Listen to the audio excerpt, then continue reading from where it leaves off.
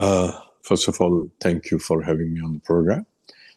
Uh, the Sindh government or the KMC or other rescue agencies' response was typical.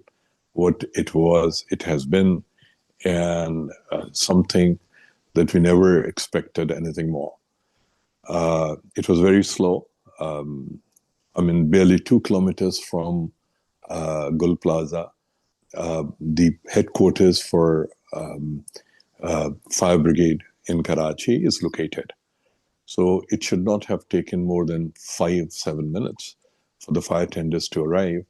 Instead, it took, some say almost an hour. Okay. When I spoke to the people, the ground level, the fire tender drivers and the firemen, etc., they said there were several problems. One, they got the information when they got the information. It wasn't immediate. Two, there was literally no water in the fire brigade headquarters, overhead tanks, because at that time there was no electricity. There was load shedding, and there was no electricity available to the fire brigade headquarters. I believe there is a generator, but that generator is only sort of earmarked for use when higher ups are there. There's always shortage of diesel, etc. So first they had no water. They finally, when they got the water and whatever they were able to do, when they reached the site, the shopkeepers and the shoppers of the Gul Plaza itself and the adjoining plazas and the commercial and residential neighborhood, people were flocking in thousands. If there was any room for error, the roads were completely blocked by the dozens of Suzuki dabbas that we call ambulances. So they couldn't reach the site. They couldn't not reach the site. They couldn't access the site immediately. Now, this is typical of what happens in Karachi in case of such an emergency. So it was no different. When they finally arrived, the people saw the fire tenders. They were very furious. They started attacking the fire tenders and the firemen and the drivers. Some of them told me that they had to sort of come out of their uniform, their dangris that they wear. So they're not identified as firemen and firefighters. Afterwards, every time they would run out of water, the closest water hydrant that they could refill their fire tenders was at Nipa, which is at least 15, 18 kilometers from Gul Plaza. Worse, Emegina Road and most of the roads in the city lie dug up for years. University Road is in complete shambles. Emegina Road is in complete shambles. So it was very difficult for them. By the way, there are like 3 police stations within 2-kilometer radius of Gul Plaza.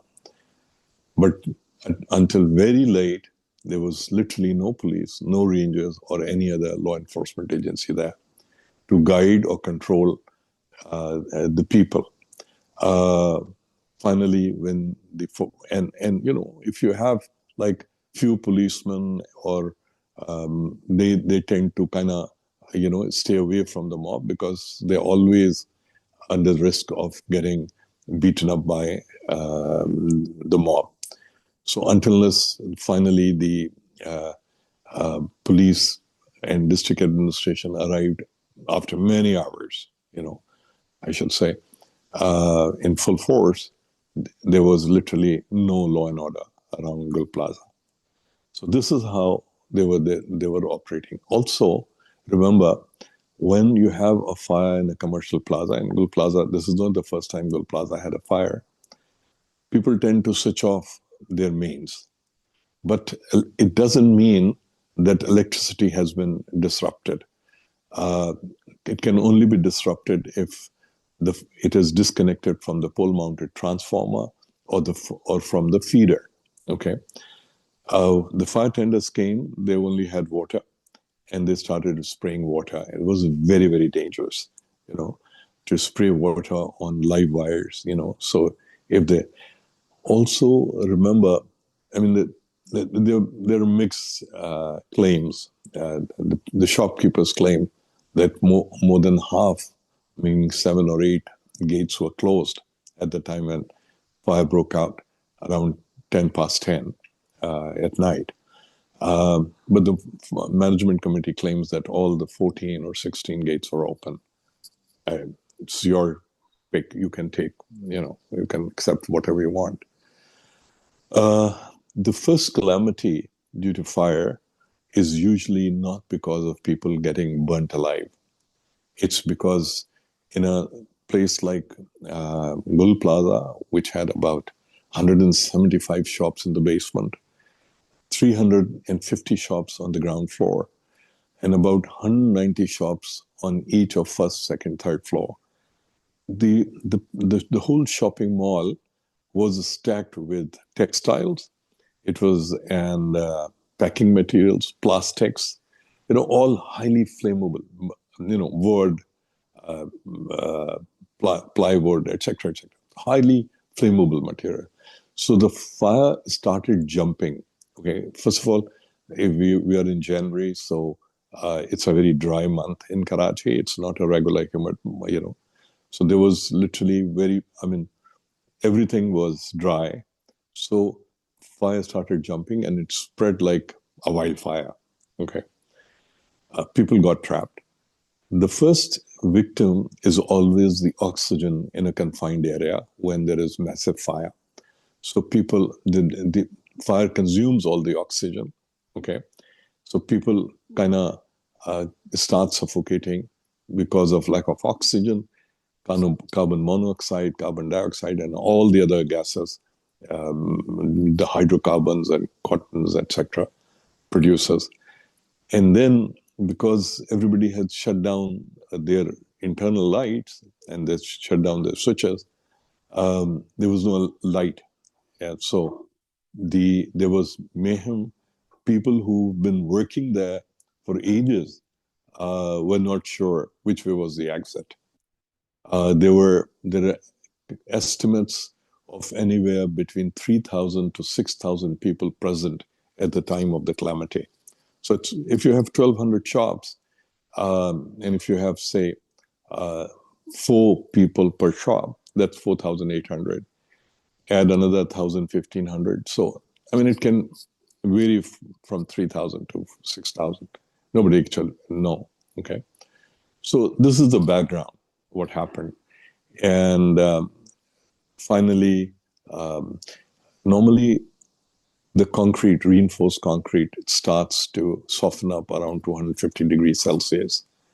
There is a good chance that the structure was poorly built because there were 2 additional floors put on a building which was originally built around 7980, But there was definitely some concrete cover and the steel in the structure that has started to soften up around 250 degrees. And if you go there, you'll see many floors collapsed to the ground. And that means fire reached to the tune of around 500 degrees Celsius. At these temperatures, people don't burn. They actually get incinerated. Everything gets incinerated. So this is what has happened. Emigena Road, Abanda Road, which was lying dug up, was a major impediment for rescue vehicles to access. And, the only, the 2 access were either from the Ankles area or the Jubilee side. And it was crazy. I wasn't there. I've only heard about what happened because I was there on the second day. And then by then, Rangers were there in full force, and they were not letting anybody access even, the journalists or the former administrator to go near the building. Why? They didn't know. They just wouldn't allow. The police, same police, the DC officers nearby, the Pakistan Sport Board empty plot is right on the other side of the road. So this is the background. So all these problems you're talking about, these are matters of extremely poor or bankrupt governance at every level, at the federal level, at the provincial level, at the local level. I don't want to dilute the responsibility by including the federal government, but they are also, you have National Disaster Management Authority, provincial under which comes Provincial Disaster Management Authority, 1, 2, 2, etc. So, but if we start from that level, the Disaster Management Authority, which is technically quasi-national, quasi-provincial authority, has its offices on Khaban-e-Jameen defense. Okay. What do they do there? It's anybody's guess. Okay. Coming down to provincial level, during the caretaker setup, there was the caretaker chief minister had set up a fire safety committee in Karachi. This was, I think, post Japanwala Mall fire tragedy. Okay, the commissioner Karachi was appointed as the chairman, and the DG Sindh Building Control Authority was nominated as the secretary. I believe, whatever that committee did, KMC also submitted a fire safety audit report of their own in 2024. And they found all 286 buildings, and I think these were residential and commercial buildings, not shopping malls, to be extremely wanting, non-compliance with any fire regulations. So the present Sindh government, the Pakistan People's Party Sindh government, has been here since 2008. 2008 to 2026, you're looking at good 18 years, 17, 18 years. Okay. What have they done? Okay. Apart from digging up the roads and, abandoning them. You see University Road abandoned. You see Amagina Road abandoned. These are the roads, the two roads, I would say, the fire tenders were trying to get water from. The local government, and by the way, you have the chief minister, then you have the minister for local government, you have the minister for labor, you have minister for housing and town planning, God knows what not. So you look, and you have a Sindh assembly. Every time a building collapses or is torn down or gutted due to fire, what do we see? We see promises of compensation. Government is not going to abandon you, et cetera, et cetera. But these are all just slogans, hollow slogans, I must say. Look what happened to the effectees of Nasla Tower. So if you go there, it was the Chief Justice of Pakistan, rightly so, identified that over 370 square yards of, road and amenities were taken over by the builder, the Nasla Towers. And they found Sindh Building Control Authority and Sindhi Muslim Housing Cooperative Society complicit in that. At the end of the day, the Sindh government should have been responsible for compensation, because of SBCA. In 2024, the Supreme Court passed another judgment saying that auction the plot and compensate the investors, the people who had bought this. Nothing has happened. you talk about billions of rupees, that you're going to now compensate the 1,200 or so shopkeepers, the dead man's family, etc., etc. And you cannot even auction a plot and compensate people. This is the level of your uh, governance, competence, callousness, etc., etc. So, local government, you have a mayor and his team. The mayor becomes extremely edgy. Maybe in another few years' time, he'll become a bit politicized and political, and he will start losing his temper and stop confronting people instead of, he should be fulfilling his job. You have Sindh government and the KMC information departments. There is massive confusion about Gul Plaza, who was the owner of Gul Plaza. Jenica Enterprises, 79 and 1979, 1980, they were supposedly the owners. The first lease was, and 1979-80, the Gul Plaza it started to be constructed, etc., etc.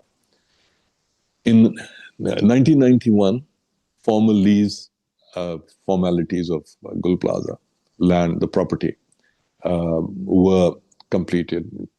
KMC awarded a lease till for 99 years, meaning 2090. Okay. Current owner, Gul Muhammad Khanani. Again, these are all hearsay. I haven't seen the property documents. I haven't seen the building plans. But at least Government of Sindh Information Department and the KMC Information Department, Sindh Building Control Information Department can come up with an initial report and say, look, this is what has happened. This is what we have on our records, and these records are missing.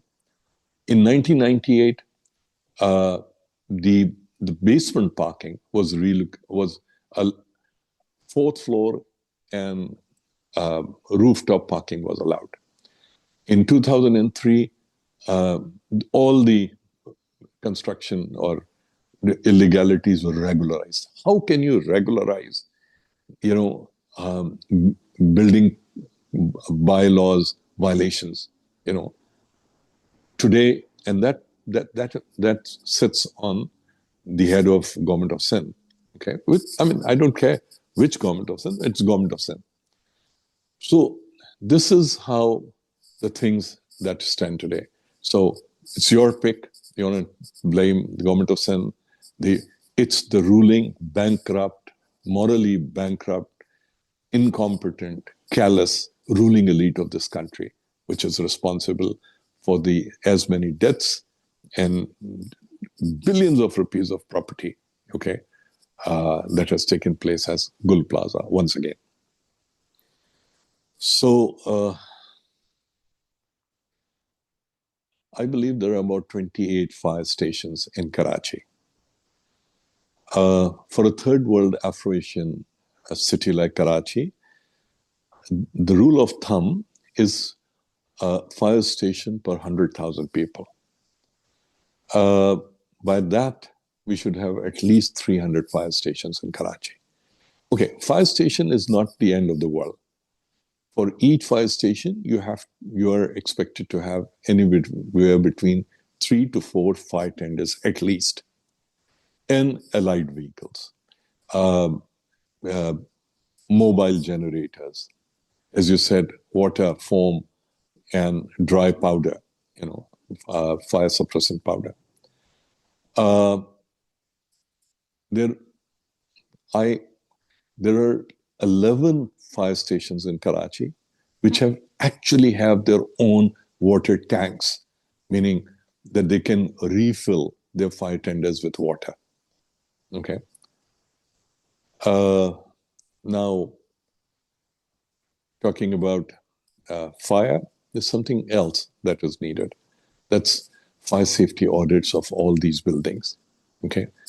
Government of Sindh doesn't have to conduct the fire safety audits. There are hundreds, if not thousands, of fire safety experts that exist today. The ones who have retired from fire brigade of KMC, KDA, DHA, KPT, civil aviation, etc., etc. There's so many. Then you have civil defense authorities. Then you have, if government of Sindh just start to demand fire safety audits, annual fire safety audits, and they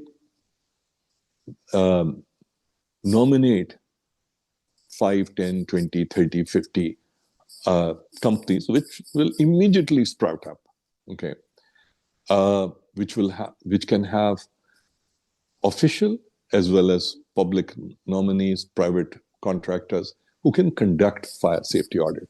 You see, fire safety audit, now there is not something that says, okay, this plot is 8,112 square yards.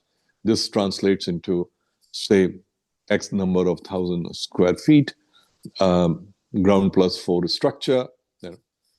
It also it, base its calculation on what type of operations are taking place. If it's an office building, there are people, they're concrete, maybe wooden table, papers, etc. But if it is a factory in Baldia, which exports textiles to Germany, etc., then that means they'll have cotton, they'll have polyester, they will have nylon fabric, there'll be packing materials, plastic materials, polyester, nylon, also, again, these are hydrocarbons, only. Then you have packing materials, cardboards, crates, etc., etc. So you factor in all these factors, not just, this is so many square feet, etc. That determines what kind of firefighting system you should have. That determines how many exits should you have, fire escapes. I mean, in Gul Plaza case, people could only come down to the burning ground floor and then try to exit. There should have been a fire exit on every floor. I mean, if people would jump from second floor or first floor, they'll end up breaking their bones, not getting incinerated by fire. So all these things need to be, what I'm saying is not Latin and Greek. What I'm talking about is not rocket science. You have a chief minister who is a civil engineer of Kennedy Engineering University, who went off to Stanford on Junior scholarship to get a master's degree in structural engineering, who later on another scholarship, got another master's degree in financial modeling and financial management systems. So there are people, Sharjil Inam Memon, I believe he's also a civil engineer from, he's senior minister and civil engineer from Maran Engineering University. Okay. So you have people who cannot be oblivious to, or, not, who doesn't know. But unfortunately, we tend to, everybody is just, I mean, they have money to buy expensive Land Cruisers, double cabins for the Sindh government entourage, Bilawal House entourage, police entourage, Rangers entourage. They don't have money to buy fire tenders. I believe there are 28, 29 fire tenders in Karachi today. Any halfway decent society entails what is known as third-party liability. If you walk into my shop, there was water on the floor, you slip, you break your collarbone or something, I'm responsible. And for that, instead of me losing my business because of an error or a mistake, not a crime, you are required to have third-party liability insurance. Okay, even that doesn't exist. So instead of like the granddad of this nation, We will compensate. Where will you compensate from? It's my money, my tax money. Okay, so the Sindh government and federal government should enact laws which require third-party liability and also a minimum. I mean, today the shopkeepers will be saying that we had 10 million rupee worth of goods in our um, um, shop. So whatever they stock should be um, um, insured. It will promote business in the city. There will be very small monthly or annual insurance premiums that they'll have to pay, but the society will not be at risk at large. And insurance companies, they get their businesses reinsured by Lloyds and others. They will not be losing any. Karachi is huge commercial establishment.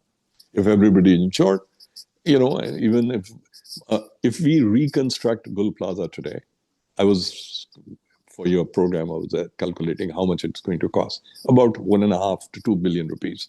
Okay, for all the 1,200. Where will that money come from?